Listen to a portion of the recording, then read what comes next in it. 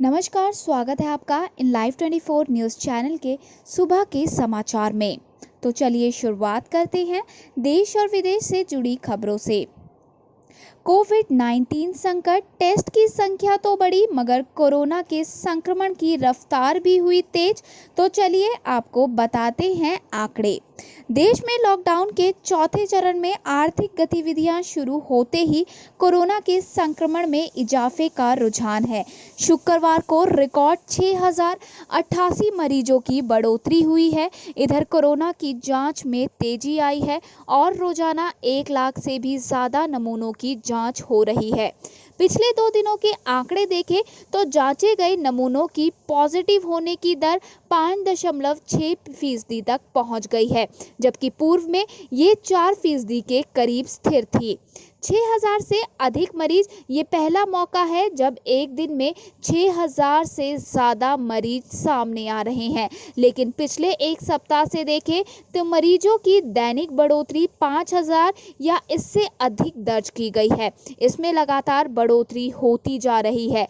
बीते 24 घंटे में 148 लोगों की मृत्यु के साथ मरने वालों की संख्या 3583 तक पहुंच गई है। इस दौरान 48,534 लोग स्वस्थ हुए हैं, जिनमें 3,234 बीते 24 घंटे में ठीक हो चुके हैं। कोरोना और अम्फान के बीच देश पर एक और आफत, पाकिस्तान से आया संकट। साल के 6 महीने भी नहीं गुजरे हैं कि कोरोना और तूफान अम्फान के बाद अब एक और बड़ा संकट देश के सामने है। राजस्थान में घुसी टिड्डियां अब देश के दूसरे हिस्सों की ओर बढ़ रही है। इस पाकिस्तानी हमले का निशाना अब यूपी, पंजाब, हरियाणा और मध्य प्रदेश है। आमतौर पर जून जुलाई में आने वाली ये टिड्डियां अपनी राह में आने वाली सारी फसलें चट करते हुए दिल्ली की ओर बढ़ रही है। आंधियों के दौर वाले इस महीने में टिड्डियां जहां की तरफ हवा चल रही है, वहीं एक एक दिन में 200-200 किलोमीटर तक तेजी से आगे बढ़ती चली जा रही हैं। पर्यावरण मंत्रालय के अनुसार फसलों और सब्जियों को इनसे गंभीर खतरा है। मंत्रालय ने सभी राज्यों को अलर्ट भी जारी कर दिया है। इनकी वजह से सिर्फ राजस्थान में बीते वर्ष 1000 करोड़ का नुकसान हुआ था। विशेषज्ञों के अनुसार इस बार इनका झुंड और बड़ा रहने की आशंका है। ऐसे में पहले से ही संकट झेल रहे किसानों को बड़ा नुकसान उठाना पड़ सकता है। डीएमके सांसद आरएस भारती गिरफ्तार, अनुसूचित जाति के खिलाफ द्वेषपूर्ण भाषण देने का है आरोप। द्रविड़ मुनेत्र कड़गम यानी कि डीएमके के राज्यसभा सदस्य आरएस भारती को चेन्नई पुलिस ने शनिवार को गिरफ्तार किया है। राज्यसभा सदस्य पर 14 फरवरी 2020 को अनुसूचित जाति समुदाय के खिलाफ द्वेषपूर्ण भाषण देने का आरोप लगाया गया है। जानकारी के मुताबिक भारती के इस बयान के बाद उनके खिलाफ मामला दर्ज किया गया और उन्हें चेन्नई पुलिस ने गिरफ्तार किया है। सांसद के खिलाफ 1979 के अनुसूचित जाति और अनुसूचित जनजाति अधिनियम के तहत मामला दर्ज किया गया है। डीएमके नेता के खिलाफ चेन्नई के 2 पुलिस स्टेशन में मामला भी दर्ज है। कोरोना काल में भी बिहार में चढ़ने लगा सियासी पारा। एनडीए और महागठबंधन में शुरू हो गया वार पलटवार। बिहार में आगामी विधानसभा चुनाव को लेकर सियासी कसरत आरंभ हो गई है। चुनावी बिसात बिछाने लगी है। वार पलटवार तेज हो चुके हैं। एक और एनडीए के घटक दल सत्ता में वापसी सुनिश्चित करने के लिए अपनी जमीनी कार्यकर्ताओं से डिजिटली बात कर रहे हैं, तो दूसरी ओर महागठबंधन के घटक दल कभी कभी अलग तो कभी एक साथ बैठकर विधानसभा चुनाव पर चर्चा परिचर्चा करने में जुटे हुए हैं। क्योंकि बिहार विस चुनाव में अब चंद महीने ही शेष रह गए हैं, इसलिए कोरोना काल में भी कोई दल चुनावी तैयारियों में कोई कसर नहीं छोड़ रहा। बिहार के मुख्यमंत्री तथा जेडीयू के राष्ट्रीय नीतीश कुमार ने खुद प्रदेश से लेकर जिला, प्रखंड व पंचायत स्तर तक के प्रमुख नेताओं से वीडियो कॉन्फ्रेंसिंग द्वारा सीधी बात की है।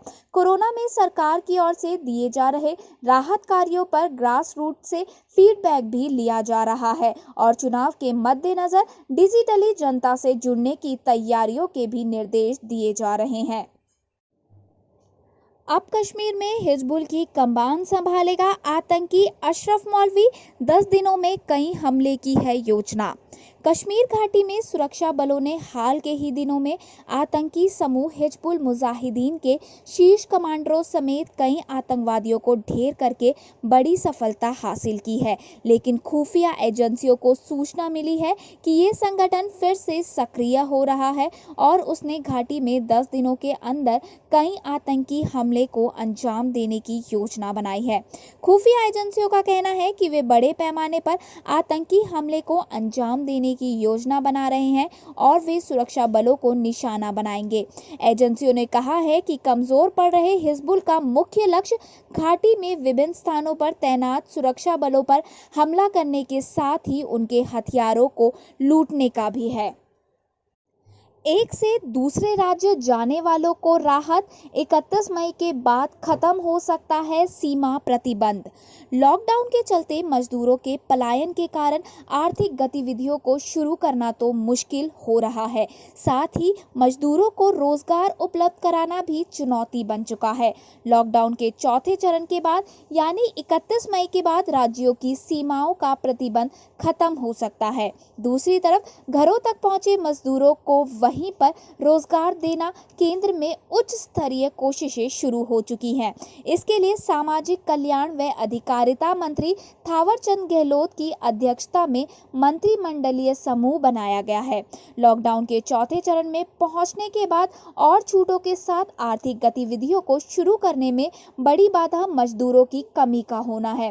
राज्यों की सीमाएं सार्वजनिक परिवहन और निजी परिवहन के लिए अधिकांशतः बंद होने के चलते ये दिक्कतें और बढ़ रही हैं। सरकार में एक विचार ये भी है कि जब ट्रेन द्वारा लोग एक राज्य को दूसरे राज्य आ जा सकते हैं तो सड़क सीमाएं भी खोल देनी चाहिए। इससे लोगों को कामकाज तक पहुंचने में आसानी होगी और सबसे ज़्यादा लाभ औद्योगिक इकाइयों को होगा, जो अधिकांश राज्यों में सीमावर्ती क्षेत्रों में है। सीमा पर आक्रामकता से भारत पर दबाव बढ़ा रहा है चीन, पाकिस्तान और नेपाल को भी भड़काने की कोशिश। चीन को गो वेस्ट पॉलिसी यानी कि पश्चिमी सीमा पर निगाह की नीति भारत के लिए बड़ी चुनौती बनती जा रही है। व्यापारिक गतिविधियों के विस्तार के नाम पर बनी नीति को चीन सैन्य आक्रामकता से भी जोड़ रहा है। अपनी इस नीति के तहत चीन ने तिब्बत में अपना मजबूत सैन्य बेस तैयार किया है। साथ ही लद्दाख सीमा पर चीनी सीमा की ओर से उल्लंघन की घटनाएं लगातार बढ़ी हैं। चीन नेपाल और बांग्लादेश में प्रभाव बढ़ाने की रणनीति भी भारत को केंद्र में रखकर बना रहा है। जानकारों का कहना है कि चीन ने अपनी गो वेस्ट पॉलिसी को कई मायनों में विस्तार दिया है। इसमें भारत पर कई मोर्चों पर दबाव बनाना शामिल है। सूत्रों ने कहा है कि अमेरिका की भारत को सतर्क रहने के लिए दी गई चेतावनी अनायास नहीं है, बल्कि इसके पीछे ठोस इनपुट है। चीन सीमा पर कई मोर्चे खोलकर भारत पर दबाव बनाए रखना चाहता है। हालांकि भारत आधिकारिक रूप से सीमा उल्लंघन की घटनाओं को बहुत तूल नहीं देता, क्योंकि ये माना जाता है कि सीमा के कुछ इलाके ऐसे हैं जिनको लेकर दोनों देश की धारणा अलग अलग है। लेकिन इस बार दोनों सेनाओं के बीच हुई झड़प के बाद मामला तूड़ पकड़ गया। लद्दाख में गलवा घाटी और पेंगोंग इलाके में चीन उन इलाकों में पेंच पैदा कर रहा है जहां भारत का पूरी तरह से नियंत्रण है। साथ ही सूत्रों का ये भी कहना है कि इस साल 4 महीने में चीनी पक्ष की ओर से करीब 170 घटनाएं हुई है। इनमें से 130 लद्दाख इलाके में हुई है। सूत्रों ने साथ बताया कि 2018 के बाद से लगातार लद्दाख इलाके में चीन की गतिविधि बढ़ी है। वर्ष 2019 में 2018 की तुलना में करीब 75% उल्लंघन की घटनाएं बढ़ी थी। लेकिन जब भी सरकार से इस बारे में सवाल हुए तो सरकार ने एक जैसा ही जवाब दिया।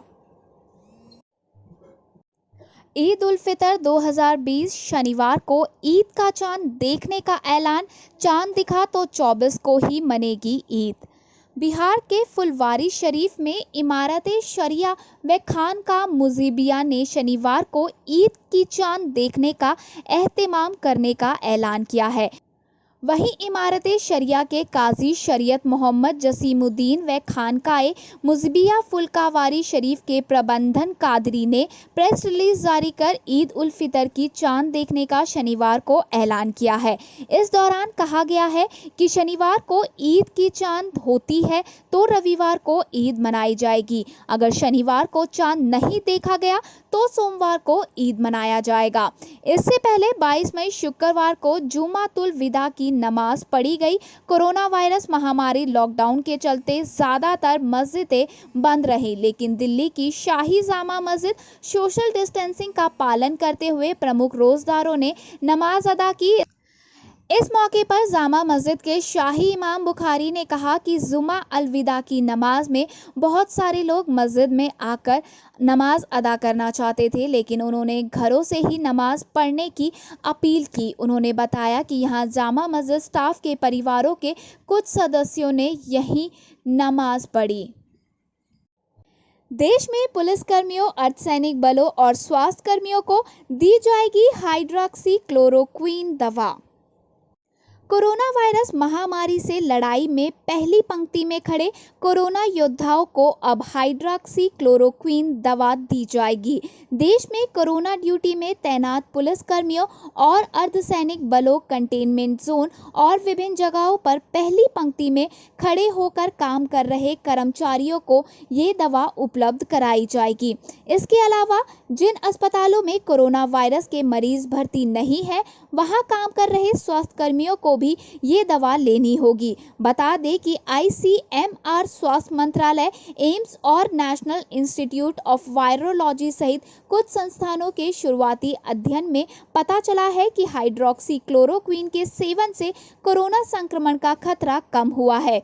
हालांकि इसके कुछ दुष्प्रभाव भी सामने आए हैं, लेकिन वो ज्यादा गंभीर नहीं है। ऐसे में ज्वाइंट मॉनिटरिंग ग्रुप और नेशनल टास्क फोर्स ने ये दवा किसे देनी है उसका दायरा बढ़ाने का फैसला किया है। दिल्ली के 3 सरकारी अस्पतालों में इस दवा पर अध्ययन भी किया गया था। चलिए अब बात करते हैं देश में कोरोना वायरस के मामलों पर।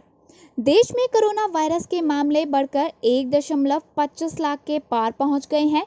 केंद्रीय स्वास्थ्य एवं परिवार कल्याण मंत्रालय के ताज़ा आंकड़ों के मुताबिक देश में अब तक कुल 1.25 वहीं केंद्रीय स्वास्थ्य एवं परिवार कल्याण मंत्रालय के ताजा आंकड़ों के मुताबिक देश में अब तक कुल 1,25,101 मामले सामने आ चुके हैं। वहीं अब तक 3,720 लोगों की कोरोना के कारण मौत हो चुकी है। देश में फिलहाल 69,597 एक्टिव केस हैं। वहीं 51,784 लोग अब तक ठीक होकर अस्पतालों से डिस्चार्ज भी हो चुके हैं। केंद्रीय स्वास्थ्य मंत्रालय के आंकड़ों के मुताबिक महाराष्ट्र में सबसे ज्यादा मामले सामने आए हैं। वहीं गुजरात, दिल्ली, तमिलनाडु, राजस्थान और मध्य प्रदेश में भी मामले तेजी से बढ़ते जा रहे हैं। कोरोना के कारण मजबूर ब्राजील में बना देश का सबसे बड़ा कब्रगाह, अब तक 19,000 की हो चुकी है वहां मौत। 24 घंटे के दौरान ब्राजील में कोविड-19 के कारण 1,179 लोगों की मौत हो गई। लैटिन अमेरिका का सबसे बड़ा कब्रगाह के निर्माण को मजबूर ब्राजील महामारी की गिरफ्त में बुरी तरह फंस चुका है। जब से महामारी का कहर देश में शुरू हुआ है, तब से बुधवार का दिन सबसे बुरा रहा। इस दिन एक दिन में 1000 से अधिक लोगों की जान इस घातक वायरस ने ले ली। कब्रगाह में काम करने वाले फ्रांसिस्को ने बताया कि सामान्य दिनों में एक दिन में करीब 15 शवों को दफनाया करता था, लेकिन अब शवों के आने के क्रम में कई गुना बढ़त हो गई है। ब्राजील में अब तक 2,90,000 से अधिक लोग संक्रमित हो चुके हैं, जो दुनिया में तीसरा सबसे अधिक आंकड़ा है। यहां अब तक 19,000 लोगों की मौत भी हो गई है। साउथ कोरिया में कोरोना के 23 नए मामले दर्ज, 266 मौतों के साथ संक्रमितों का आंकड़ा पहुंचा 11,000 के पार। साउथ कोरिया में कोरोना वायरस के नए 23 मामले दर्ज हुए हैं। इन संक्रमित मामलों में से ज्यादातर मामले घनी आबादी वाली राजधानी सियोल से हैं। यहाँ पर दर्ज हुए नए मामलों के बाद अधिकारियों ने हजारों नाइट क्लब और बार बंद करने का ऐलान कर दिया है। Korea centre for disease control and prevention द्वारा शनिवार को घोषित किए गए आंकड़ों के मुताबिक देश में अब तक 11,165 संक्रमित मामले दर्ज हुए हैं। वहीं मरने वालों का आंकड़ा 266 तक पहुंच गया है। ईद पर संयुक्त राष्ट्र का संदेश, कोरोना के दौर में एकजुटता और एकता का किया आह्वान। मुस्लिमों के प्रसिद्ध त्योहार ईद में अब कुछ ही दिन बाकी बचे हैं। ईद के मौके पर संयुक्त राष्ट्र महासचिव एंटोनियो गुतरेस ने लोगों को संदेश दिया है। उन्होंने अपने संदेश में कोविड-19 महामारी के संदर्भ में लोगों से एकजुटता और एकता का आह्वान किया है। उन्होंने शुक्रवार को सदस्य राज्यों के साथ एक चर्चा में कहा, हमारी दुनिया एक शरीर की तरह है। जब तक इस वायरस से एक हिस्सा प्रभावित होता है, हम सभी प्रभावित होते हैं। अब पहले से कहीं अधिक एकजुटता और एकता हमारे प्रमुख सिद्धांत होने चाहिए। उन्होंने विकासशील देशों और कमजोर लोगों पर ध्यान केंद्रित करने के साथ विश्व स्वास्थ्य संगठन द्वारा निर्देशित बड़े पैमाने पर समन्वित और व्यापक स्वास्थ्य प्रतिक्रिया के लिए एकजुटता का आह्वान किया है। उन्होंने संकट के विनाशकारी सामाजिक आर्थिक आयामों से निपटने में एकजुटता का आह्वान किया है और इस दौर में सबसे ज्यादा प्रभावित होने वाले महिलाओं, वृद्धों, बच्चों, कम वेतन पाने वाले और अन्य योग्य समूहों को प्राथमिकता देने को कहा है। पाकिस्तान प्लेन क्रैश, रिहायशी इलाकों पर गिरा विमान, अधिक संख्या में हुई मौतें, पीएम मोदी ने जताया दुख। पाकिस्तान इंटरनेशनल एयरलाइंस का एक विमान शुक्रवार को कराची एयरपोर्ट पर लैंडिंग करने से कुछ मिनट पहले दुर्घटनाग्रस्त होकर घने रिहायशी इलाकों में जा गिरा। विमान में 91 यात्री और 8 क्रू मेंबर समेत कुल 99 लोग सवार थे। 2 यात्रियों को छोड़कर सभी यात्रियों के मारे जाने की आशंका है। अब तक करीब 66 शवों को अस्पताल पहुंचाया जा चुका है। विमान गिरने से बस्ती के दर्जनों घरों व वाहनों में आग लग गई। सेना, पुलिस और फायर ब्रिगेड के लोग शवों की तलाश में जुटे हुए हैं। इन घरों के कई लोगों के हताहत होने की भी आशंका है। ईद से पहले हुए इस हादसे से कई घरों में मातम छा गया है। भारत के प्रधानमंत्री नरेंद्र मोदी ने इस दुर्घटना पर गहरा अफसोस जताया है।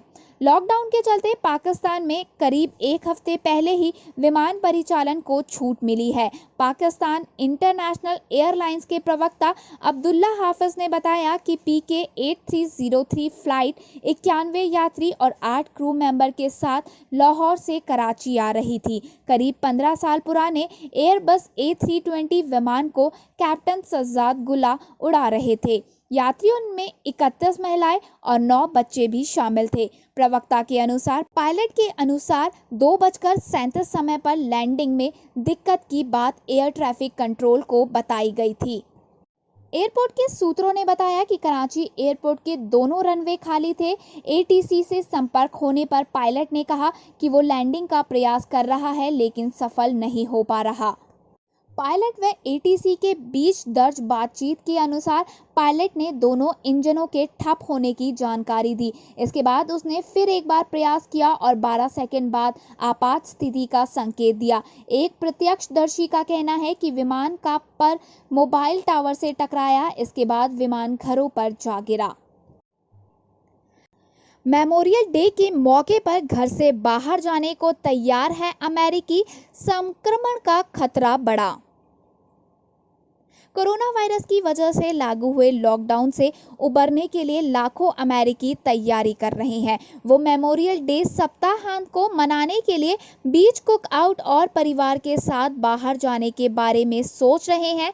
इसने स्वास्थ्य कर्मियों के बीच चिंता को बढ़ा दिया है क्योंकि भीड़ के इकट्ठा होने से वायरस के संक्रमण का खतरा बढ़ जाएगा। स्वास्थ्य विशेषज्ञों ने चेतावनी दी है कि गर्मी की अनौपचारिक शुरुआत के लिए वायरस छुट्टी नहीं लेता है।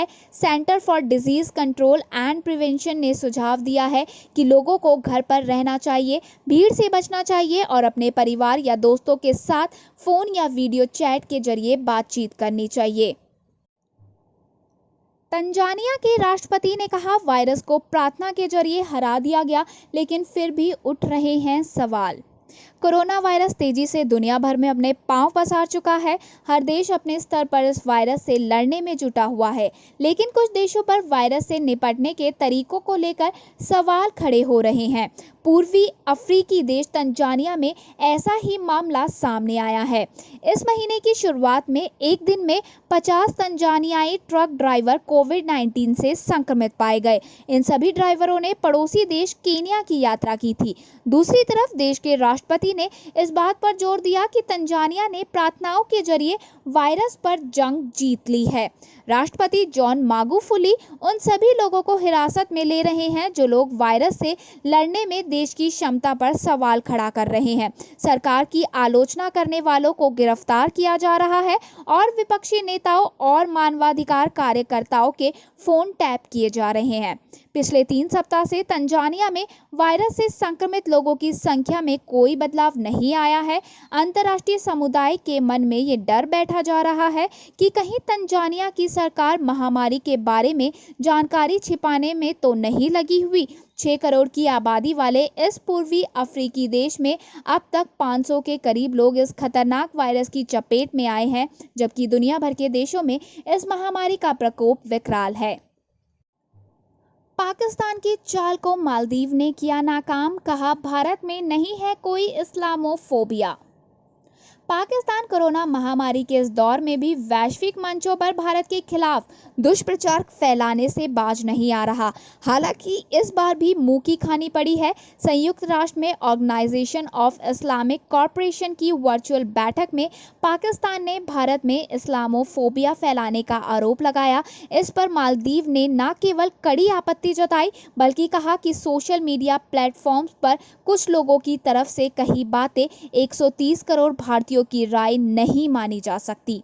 लंबे समय से पाकिस्तानी यूजर्स दुष्प्रचार फैला रहे हैं कि भारत में मुस्लिम सुरक्षित नहीं है। इसी क्रम में ओआईसी में पाकिस्तानी प्रतिनिधि मुनीर अकरम ने भारत पर कई आरोप लगाए। इस पर यूएन में मालदीव की स्थायी प्रतिनिधि थिलमिजा हुसैन ने कहा, कुछ लोगों की तरफ से सोशल मीडिया पर फैलाई बातें भारत के 130 करोड़ लोगों की राय नहीं हो सकती। उन्होंने कहा कि भारत दुनिया का सबसे बड़ा लोकतंत्र है, वहां कई धर्मों के लोगों के अलावा 20 करोड़ मुस्लिम भी रहते हैं। ऐसे में इस्लामोफोबिया की बात करना तथ्यात्मक रूप से गलत होगा। उन्होंने कहा कि भारत में सदियों से इस्लाम है। इस्लाम भारत का दूसरा सबसे बड़ा मजहब है। वहां की कुल आबादी में 14.2% मुसलमान हैं। उन्होंने आगे कहा कि मालदीव ओआईसी में ऐसी किसी कार्रवाई का समर्थन नहीं करेगा जो भारत के खिलाफ हो। अम्फान तूफान, यूरोपीय संघ ने भारत को दी 5 लाख यूरो की आर्थिक मदद। भारत में अम्फान तूफान से प्रभावित इलाकों के लिए यूरोपीय संघ ने 5 लाख यूरो की शुरुआती आर्थिक मदद की घोषणा की है। बता दें कि अम्फान तूफान से भारत में सबसे अधिक प्रभावित इलाकों पश्चिम बंगाल और ओडिशा के क्षेत्र शामिल है। पश्चिम बंगाल में तूफान की वजह से 80 लोगों की मौत हुई है और हजारों लोग बेघर हो चुके हैं। वहीं ओडिशा के तटीय जिलों में भी भारी नुकसान हुआ है। सीपीईसी पर अमेरिका का बयान चीन को खटका, कहा पाकिस्तान से हमारे रिश्ते खराब करने की कोशिश। चीन पाकिस्तान आर्थिक गलियारा यानी कि सीपीईसी मामले में अमेरिका राजनयिक एलिस वेल्स के बयान पर चीन ने कड़ी आपत्ति जताते हुए बयान को गैर जिम्मेदाराना बताया है और कहा कि अमेरिका ने चीन और पाकिस्तान के संबंधों को खराब करने की नाकाम कोशिश की है। पाकिस्तान ने भी वेल्स के बयान पर अपनी प्रतिक्रिया में कहा कि सीपीईसी को लेकर कोई अंदेशा नहीं होना चाहिए, उसे इस परियोजना से लाभ हुआ है। पाकिस्तान स्थित चीनी दूतावास ने वेल्स के बयान पर कहा है कि वो अतीत में भी ऐसी बेबुनियाद बातें करती रही है। चीनी दूतावास ने अपने बयान में कहा, हम पाकिस्तान को बराबर का भागीदार समझते हैं। हम पाकिस्तान से डू मोर की मांगे नहीं करते रहते हैं। हम पाकिस्तान के विकास में यकीन रखते हैं और कभी इसकी अंदरूनी मामलों में दखल नहीं देते। हमने हमेशा क्षेत्र में पाकिस्तान की सकारात्मक भूमिका को उजागर किया है। हमें किसी शिक्षक, विशेषकर अमेरिका जैसे शिक्षक की कोई जरूरत नहीं है। चीनी दूतावास ने कहा कि CPEC दोनों देशों के लिए लाभकारी है। बयान में ये भी कहा गया है कि चीन कभी भी पाकिस्तान पर कर्ज की वापसी को लेकर दबाव नहीं डालेगा। गौरतलब है कि जल्द ही सेवानिवृत्त होने जा रही अमेरिकी विदेश विभाग की दक्षिण व मध्य एशिया मामलों की सहायक सचिव एलिस वेल्स ने कहा था कि चीन ने CPEC के नाम पर पाकिस्तान पर जो कर्ज लादा है वो उस पर पुनर्विचार करे। उन्होंने दक्षिण व मध्य एशिया के पत्रकारों के साथ वीडियो लिंक के जरिए की गई विदाई प्रेस कॉन्फ्रेंस में कहा था, कोविड-19 जैसे संकट के समय ये वास्तव में चीन के लिए जरूरी हो गया है कि वो पाकिस्तान को बोझ से बचाने के लिए कदम उठाए जो परभक्षी, अव्यवहारिक व अन्यायपूर्ण कमजोर के साथ उस पर पड़ने जा रहा है। वेल्स ने कहा, हमें उम्मीद है कि चीन या तो इन कर्जों को माफ कर देगा या फिर इसे पाकिस्तान के लोगों के लिए एक न्यायपूर्ण और पारदर्शी करार में बदलने के लिए वार्ता की शुरुआत करेगा। धन्यवाद। आज के लिए बस इतना ही। आगे की और खबरों के लिए बने रहिए हमारे साथ इन लाइव 24 न्यूज़ चैनल में। और अगर आपको हमारी ये वीडियो पसंद आई हो तो प्लीज़ लाइक और दोस्तों के साथ ज़रूर शेयर कीजिएगा।